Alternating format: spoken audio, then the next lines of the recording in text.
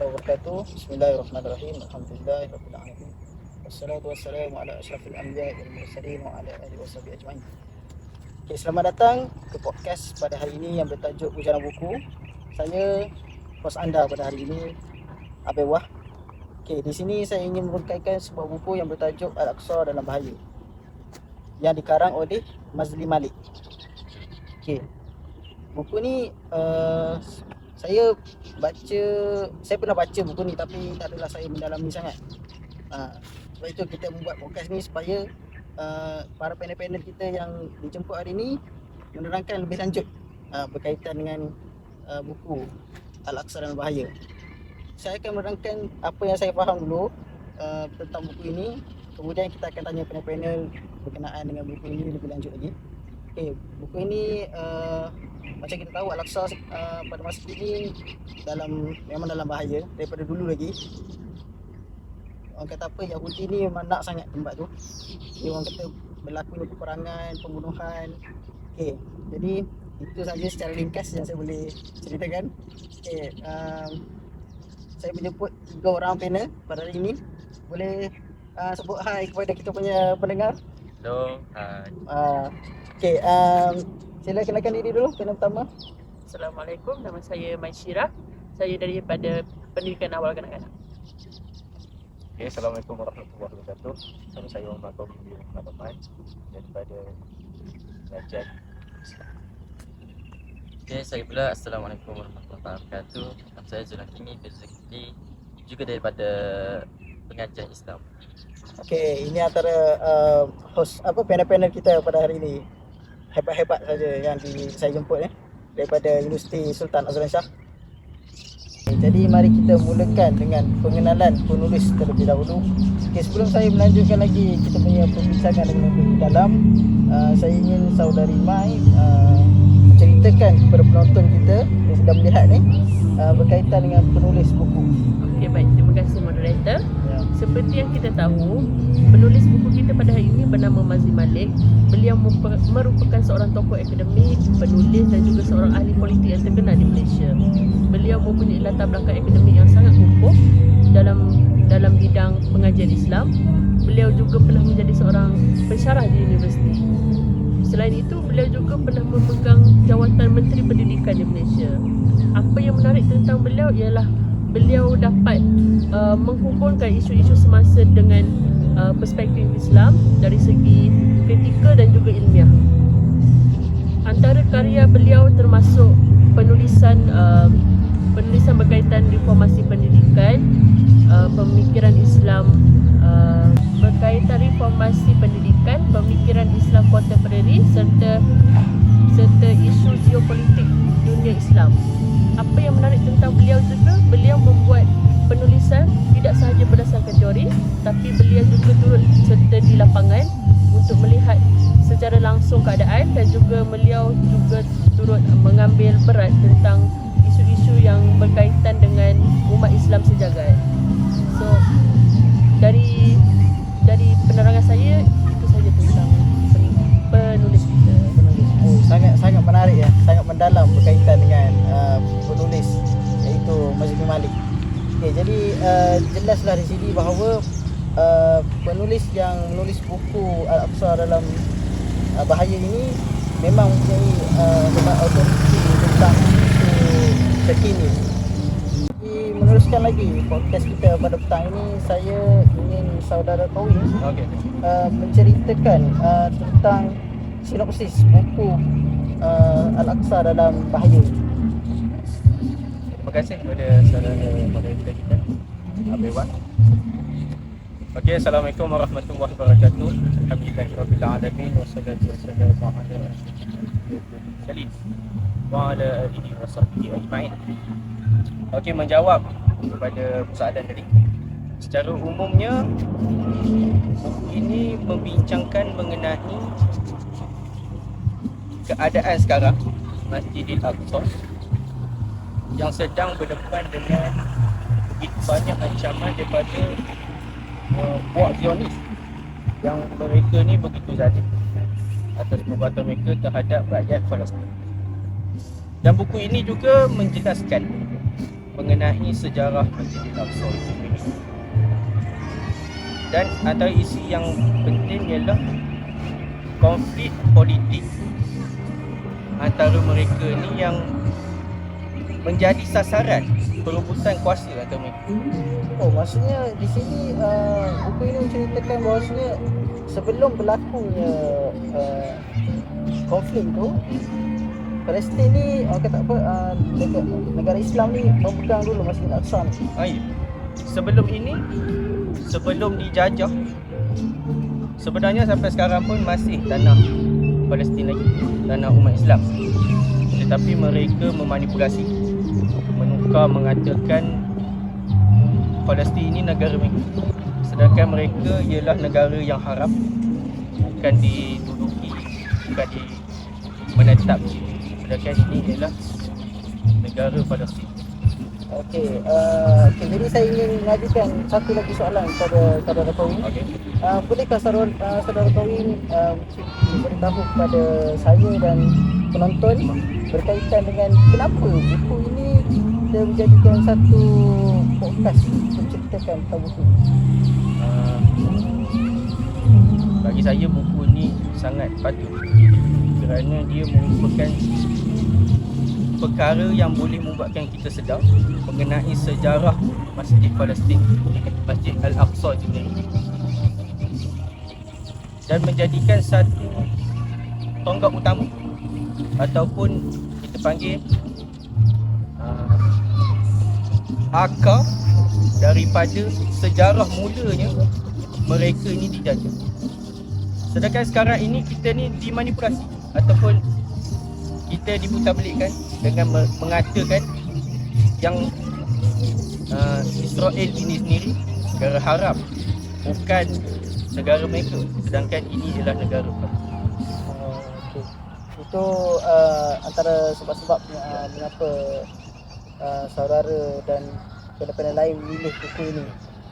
Okey, betul juga apa yang disampaikan oleh saudara Kawin, kerana orang kata apa, manusia pada masa kini ni banyak hanya melihat dari segi media sosial sahaja, bukan mengkaji dengan lebih dalam, seperti yang ditulis oleh penulis kita iaitu Mazli Malik. Okey, menerangkan secara detail berkaitan dengan apa yang berlaku di Masjid Al-Aqsa pada masa ini. Okey, saya ingin mengajukan soalan kepada saudara Zul berkaitan dengan apakah isu utama yang diketengahkan di dalam buku yang dikarang oleh Mazli Malik. Okey, baiklah. Terima kasih kepada moderator kita, Abewah. Okey, so bismillahirrahmanirrahim. Isu utama yang terkandung dalam buku ini adalah ancaman terhadap kesucian dan kedaulatan Masjid Al-Aqsa. Dalam buku ini juga menegaskan bahawa ancaman ini bukan sahaja melibatkan bangunan semata-mata, malah ancaman ini melibatkan identiti umat Islam sendiri, khususnya rakyat Palestin.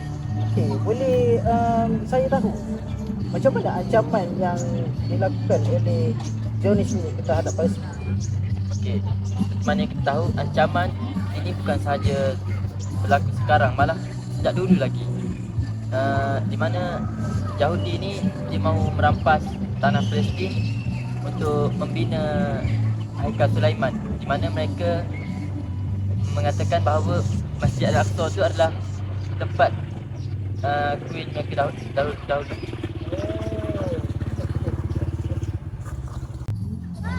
Penulis dalam buku ini juga menegaskan bahawa punca utama kes ini berlarut adalah kurangnya kesedaran global dan kegagalan umat Islam terhadap bumi Palestin. Okey, boleh saudara Zul terangkan bagaimana kegagalan umat Islam itu berlaku? Kita sendiri boleh melihat bahawa bumi Palestin ini hanya sebagai tontonan. Macam umat Islam hanya biar je rakyat orang Yahudi ni serang bumi Palestin. Malah bumi Palestin ni adalah salah satu tempat di mana sebelum daripada Kaabah, Masjid Al-Aqsa ini adalah kiblat utama umat Islam. Sebab itulah penulis dalam buku ini juga mengkritik setengah pihak kerana ada yang mengambil kisah ataupun mengambil tahu ketika isu ini viral. Terima kasih kepada saudara Zul, pandangan yang sangat mendalam berkaitan dengan isu yang diketengahkan dalam buku Al-Aqsa dalam Bahaya. Ini menunjukkan bahawa buku ini bukan sekadar menyampaikan fakta, malah buku ini juga memberi kita peringatan tentang untuk kita mengambil berat kepada saudara se-Islam kita yang berada di bumi Palestin. Ya. Setelah kita membicarakan banyak perkara berkaitan dengan Al-Aqsa, saya jadi tertarik dan ingin mengetahui lebih dalam berkaitan dengan Al-Aqsa. Jadi saya ingin mengajukan soalan kepada saudari Mai berkaitan dengan apakah kandungan yang berada dalam buku ini relevan untuk kita kaitkan dengan keadaan semasa. Baik. Antara kandungan yang paling relevan tentang buku ni ialah manipulasi media. Seperti yang kita tahu, zaman sekarang ialah zaman digital dan maklumat dapat kita baca dengan hujung jari sahaja. Semua maklumat kita dapat di dalam media sosial, dalam internet ialah semua meliputi semua isu yang terjadi di dalam global ni lah. Jadi penulis juga menasihatkan kepada pembaca untuk menilai segala maklumat yang didapati, kesahihan maklumat tersebut. Dan selain itu penulis juga menekankan pentingnya pendidikan solidariti yang boleh dibuatlah. Boleh saya bertanya kepada saudari Mai sedikit soalan? Okey. Apakah tindakan solidariti yang boleh dibuat bukan sahaja sebagai umat Islam tapi secara global? Seperti yang kita lihat sekarang, masalah Al-Aqsa dan Palestin ini menjadi tumpuan seluruh dunia. Tidak sahaja di negara kita, bahkan masyarakat global juga telah menyedari tentang permasalahan yang berlaku. Jadi antara solidariti yang boleh dibuat ialah seperti yang kita tahu, isu yang terjadi sekarang ialah tentang sumuk flotilla. Gerakan ini ialah satu gerakan yang telah menarik minat seluruh masyarakat di dunia ini untuk memandang isu yang terjadi di Al-Aqsa dan Palestin.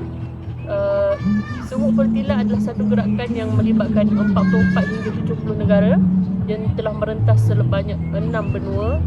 Semua ini menjadi satu gerakan yang menyatukan bangsa untuk memberi satu pandangan yang memberi masyarakat tentang pandangan apa yang terjadi di Palestin dan menyedarkan masyarakat untuk memberi cakna lah kepada apa yang berlaku kepada rakyat Palestin. Okey, terima kasih. Saya setuju dengan apa yang disampaikan saudari Mai. Okey, bahawa buku ini juga menekankan bahawa kesedaran hanya tidak cukup jika tidak disertai dengan tindakan. Jadi apa yang berlaku pada ketika ini seperti yang saudari Mai beritahu tadi berkaitan dengan sumuk flotilla, itu adalah satu tindakan yang sangat bagus kita buat dan teruskan supaya seluruh dunia melihat apa yang terjadi di bumi Palestin. Okay, sebelum kita meneruskan lagi perbincangan kita pada petang ini, saya ingin mengambil sedikit masa untuk saya promote berkaitan dengan produk AKS iaitu Kopi Saigon yang berada di hadapan saya. Okay, jadi Kopi Saigon ini adalah kopi yang mengikut style Vietnam. Jadi para peminat kopi boleh mendapatkan Kopi Saigon ini berhampiran dengan anda. Sebelum itu saya ingin menanya kepada para panel, bagaimana keadaan Kopi Saigon? Sedap? Sedap. Alhamdulillah. Bagi saya, Kopi Saigon ini adalah salah satu pilihan yang terbaik kerana rasa yang terkandung dalam kopi ini adalah sangat sedap lah. Tidak terlalu manis, berlemak dan lazat untuk diminum, tidak kira masa siang ataupun malam. Okey, saya setuju dengan apa yang disampaikan oleh saudara Zul. Jadi tanpa kita melengahkan masa, jadi kita sambung perbincangan kita berkaitan dengan Al-Aqsa dalam Bahaya. kerana perbincangan kita masih belum habis lagi. Okey, sebelum kita mengakhiri podcast kita pada petang ini, saya ingin mengajukan satu soalan terakhir kepada panel kita, iaitu saudara Qawim, berkaitan dengan apakah ilmu baharu yang anda peroleh daripada buku Al-Aqsa dalam Bahaya. Okey, terima kasih kepada saudara Fawaz. Saya sebelum saya baca buku ni, apa yang saya tahu Masjid Al-Aqsa ni ialah tempat suci umat Islam. Namun selepas saya membaca buku ini, barulah saya tahu yang bahawanya Masjid Al-Aqsa ni bukan sekadar tempat suci saja, namun dia ada berkait rapat dengan peristiwa Isra' wal Mi'raj. Perkara-perkara yang telah berlaku di sana terbahagi kepada beberapa faktor. Yang pertama ialah faktor sejarah, faktor politik, agama, dan yang paling penting ialah faktor kemanusiaan. Jadi kita ni janganlah pandang daripada sudut satu sahaja. Janganlah kita pandang daripada sudut emosi, namun selain daripada itu. Okey, terima kasih. Itu adalah satu pembelajaran yang sangat baik yang kita peroleh apabila kita membaca buku Al-Aqsa dalam Bahaya. Okey, apa yang saya ingin meminta para panel untuk memberi sedikit kesimpulan berkaitan dengan Al-Aqsa dalam Bahaya. Kita bermula dengan saudari Mai, seterusnya saudara Qawim dan saudara Zul. Okay. Apa yang saya boleh simpulkan setelah membaca buku Al-Aqsa dalam Bahaya ni ialah pentingnya kesedaran masyarakat tentang apa yang berlaku di Al-Aqsa dan rakyat Palestin, supaya kita dapat memberi bantuan kepada mereka dari segi kewangan ataupun bekalan makanan, supaya apa yang kita usahakan sedikit sebanyak dapat membantu mereka dalam menjalani kehidupan mereka. Okey, apa yang dapat saya peroleh daripada buku ini, yang dapat saya simpulkan ialah untuk membantu mereka di sana bukan hanya dengan jalan peperangan, tapi kita boleh juga menolong dari segi doa, ilmu, mahupun seperti saudara Iman kata tadi, itu kewangan. Itu dia daripada saya. Okey, baik. Kesimpulan yang saya boleh beri di sini adalah kita sebagai umat Islam juga perlulah mengambil berat tentang umat Islam di sana. Walaupun kita berada di jarak yang sangat jauh, akan tetapi kita perlu memberi sokongan, mengikut media sosial setakat mana yang kita boleh. Paling sikit pun kita mengekspos di media sosial, mengupload di mana-mana sosmed lah. Itu sahaja. Okey, terima kasih kepada semua panel atas memberi kesimpulan yang secara ringkas. Okey, jadi saya di sini ingin beri kesimpulan secara menyeluruh berkaitan dengan podcast kita pada petang ini. Okey, buku Al-Aqsa dalam Bahaya memberikan kesedaran bahawa isu Palestin dan Al-Aqsa bukan isu yang sangat jauh dengan kita, tapi ianya isu yang orang kata apa, kita perlu sama-sama bertanggungjawab untuk memahami, mengambil tahu dan menyebarkan kesedaran ini kepada semua orang, supaya isu ini bukanlah kita tidak mengambil cakna. Kerana isu ini adalah isu umat Islam sendiri, kita kena mengambil tahu berkaitan dengan saudara-saudara kita yang berada di sana. Okey, terima kasih kepada semua panel yang telah berkongsi idea-idea yang bernas pada hari ini kepada penonton-penonton kita. Okay, dan terima kasih juga kepada penonton yang bersama kita pada mulanya podcast kita sehingga akhir. Saya akhiri podcast kita pada hari ini dengan Assalamualaikum warahmatullahi wabarakatuh. Allahu Akbar. Takbir. Allahu Akbar.